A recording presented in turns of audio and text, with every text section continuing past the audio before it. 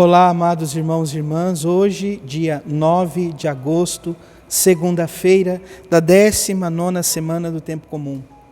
Estamos vivendo este tempo em que a Igreja nos convida a refletir sobre o mistério da família, a Semana Nacional da Família.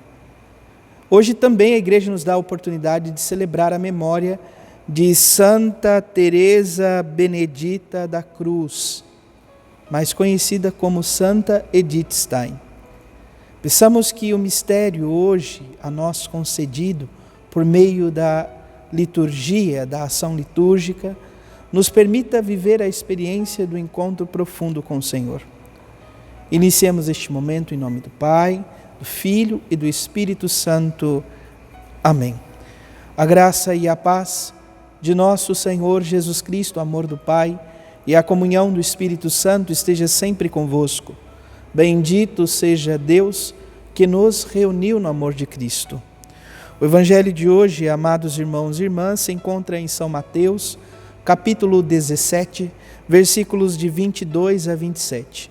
O Senhor esteja convosco, Ele está no meio de nós. Proclamação do Evangelho de Jesus Cristo, segundo Mateus. Glória a vós, Senhor. Naquele tempo, quando Jesus e os seus discípulos estavam reunidos na Galileia, ele lhes disse: O Filho do Homem vai ser entregue nas mãos dos homens. Eles o matarão, mas no terceiro dia ele ressuscitará. E os discípulos ficaram muito tristes. Quando chegaram a Cafarnaum, os cobradores de impostos do templo aproximaram-se de Pedro e perguntaram: O vosso mestre não paga o imposto do templo? Pedro respondeu: Sim, paga. Ao entrar em casa, Jesus adiantou-se e perguntou: Simão, que te parece? Os reis da terra cobram impostos ou taxas de quem? Dos filhos ou dos estranhos? Pedro respondeu: Dos estranhos. Então Jesus disse: Logo, os filhos são livres. Mas para não escandalizar essa gente, vai ao mar, lança o anzol e abre a boca do primeiro peixe que tu pescares. Ali tu encontrarás uma moeda.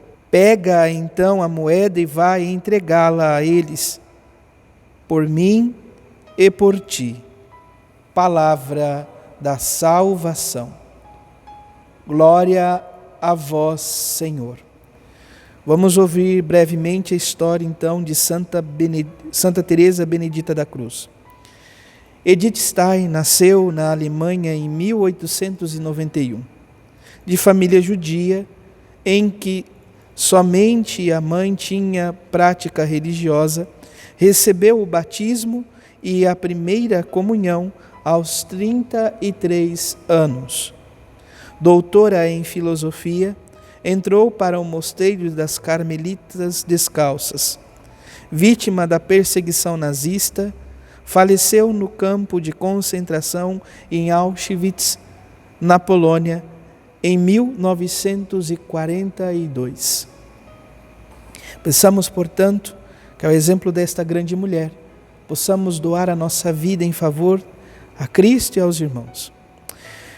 O Evangelho de hoje nos coloca, amados irmãos e irmãs, diante desta realidade da lei, dos impostos e da liberdade dos filhos. Jesus, ele, ao tomar consciência de que Pedro é questionado sobre as taxas dos impostos do templo, ele pede para que Pedro possa dar aos responsáveis do templo, então, uma moeda. Mas é importante percebermos o conjunto deste evangelho de hoje. Primeiro, Jesus inicia falando sobre o anúncio da sua paixão, morte e ressurreição. Perceba, amados irmãos e irmãs, Jesus sempre vai dizer: o Filho do Homem vai ser entregue nas mãos dos homens, eles os matarão, mas no terceiro dia ele ressuscitará. E qual a atitude dos discípulos? Eles ficam tristes, porque ainda não compreendiam o que significaria este ressuscitar dos mortos. E também aonde está o cabimento do Mestre Senhor passar por todo esse tipo de sofrimento.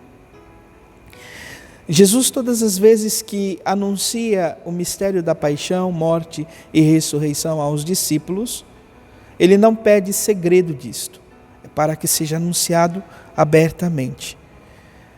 E, de repente, o Evangelho ele começa uma outra sessão, ou um outro sentido, poderíamos assim dizer. A partir do versículo 24, data-se então, ou se fica claro, a chegada em Cafarnaum e a atitude dos cobradores de impostos do templo, que vão ao encontro de Pedro e perguntam se Jesus paga ou não os impostos do templo. Pedro responde que sim, possivelmente para não dar nenhum tipo de confusão ainda maior. Quando chega em casa, Jesus, que conhece os corações, ele faz então uma reflexão com Pedro acerca desta realidade. Esta reflexão também serve a todos nós hoje. Ele diz: Simão, que te parece? Os reis da terra cobram impostos ou taxas de quem? Dos filhos ou os dos estranhos? Pois bem, nunca que um rei vai cobrar impostos do próprio filho, aquele que está na descendência do trono. Ele vai cobrar daqueles que são os seus súditos. Pedro responde praticamente isto. Eles vão cobrar impostos dos estranhos. E então Jesus diz: logo os filhos são livres. Todos os batizados, todo o povo de Deus, todos os filhos de Deus são convidados a viver esta liberdade em Cristo Jesus. Mas esta liberdade dos filhos de Israel, dos filhos de Deus, do novo Israel, não está separado da vida e da caminhada no mundo. Por isso, então, Jesus pede para que Pedro, dentro desta narrativa miraculosa, vá até o mar e consiga então a moeda para pagar os impostos. O que isso nos ensina hoje? Devemos viver a nossa vida no mundo dentro da dignidade dos compromissos que nos são, de certa forma, exigidos. Nós não podemos, de forma alguma, viver contrário àquilo que a nossa fé, de certa forma, nos convida a viver, anunciando e vivendo bem.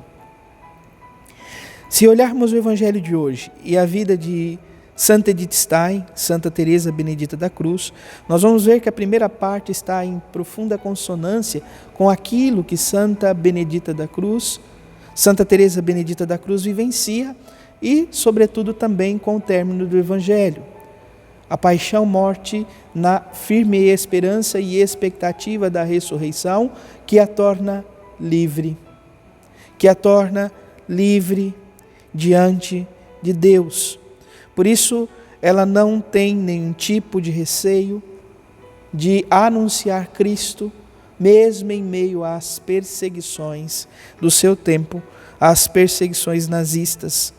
E percebam isto, amados irmãos e irmãs. As grandes perseguições, em primeiro momento, se dava no que diz respeito aos judeus. Claro, Edith Stein era de família judia.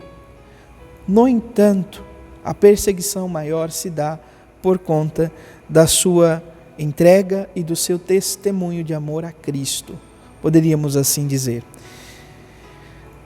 Ao contemplar o grande mistério da entrega de Edith Stein, somos convidados nos dias de hoje também a refletir sobre o segundo encontro desta Semana da Família. Matrimônio, o sacramento do amor. Edith Stein entrega a vida livremente por amor a Cristo. No matrimônio, dentro deste sacramento do amor, homem e mulher, esposo e esposa, junto aos seus filhos, são convidados à entrega livre e amorosa. Esta entrega que os faz cada vez mais viver o amor e o compromisso do Senhor no mundo. O matrimônio é o modo por excelência pelo qual Deus continua criando. Se a criação é uma obra de amor de Deus, o matrimônio é ainda mais.